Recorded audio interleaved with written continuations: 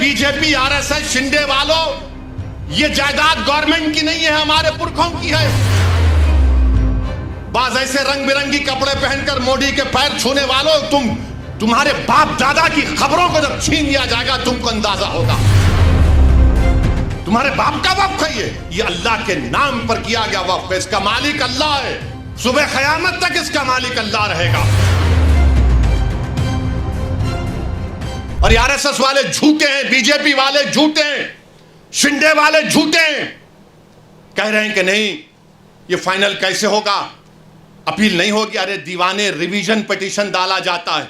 ये तमाम 15 ट्राइब्यूनल का डिसीजन फाइनल है।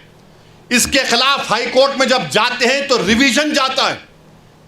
लाखों करोड़ों केसेस कोर्ट में पेंडिंग है।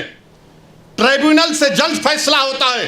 नरेंद्र मोदी जी बोले नहीं, ट्राइब्यूनल फाइनल नहीं होगा, रिवीजन नहीं, अपील माने फिर अपील सुनना हाई कोर्ट। अच्छा, उसमें हैरत अंगेज बात देखिए, अब ट्राइब्यूनल में केस चलता है। मोदी जी ने कह दिया कि अगर महाराष्ट्र की सरकार यह कानून बनने के बाद ट्राइब्यूनल नहीं बनाती है तो उन्हें डायरेक्ट हाई कोर्ट चले जाना। अगर ट्राइब्यूनल बनाती है, नहीं बनाती है, तो मोदी महाराष्ट्र की सरकार बोलेगा आप हिंदू एंडोमेंट ट्राइब्यूनल के पास चले जाओ या किसी और ट्राइब्यूनल के पास चले जाओ। अगर दो लोग हैं, एक बैठ गए तो उन्हें सुन ले सकते हैं। अभी निसार साहब बता रहे थे दोनों में झगड़ा हो गया तो क्या होगा, उसका भी कोई प्रोविजन नहीं। यानी अगर आप देखेंगे तो हर तरीके से, हर जाविये से आप देख रहे हैं कि जायदाद को मुसलमानों से छीन लिया जाए। अच्छा, जितने मुतवल्ली हैं सेक्शन 61 में, अगर कलेक्टर मुतवल्ली साहब को लगे मुतवल्ली ये दरगाह और मस्जिद को बोल दो एक तुम्हारी नहीं है, लिख कर दो जल्दी।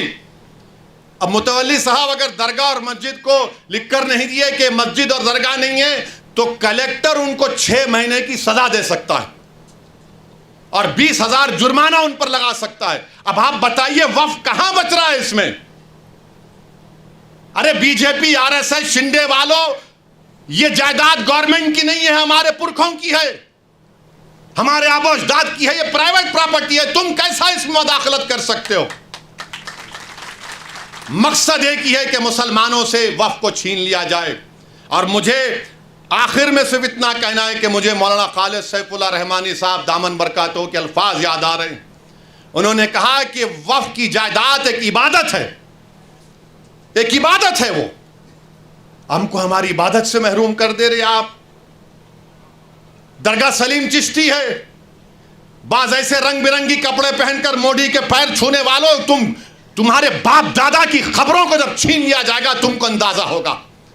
तुम जब चमचागिरी कर रहे हो नरेंद्र मोदी की जाकर, बड़े बड़े आस्थानों के तुम वाबस्ता, अरे याद रखो बड़े बड़े आस्थानों से वाबस्ता होने की बुनियाद पर तुम बड़े नहीं होते।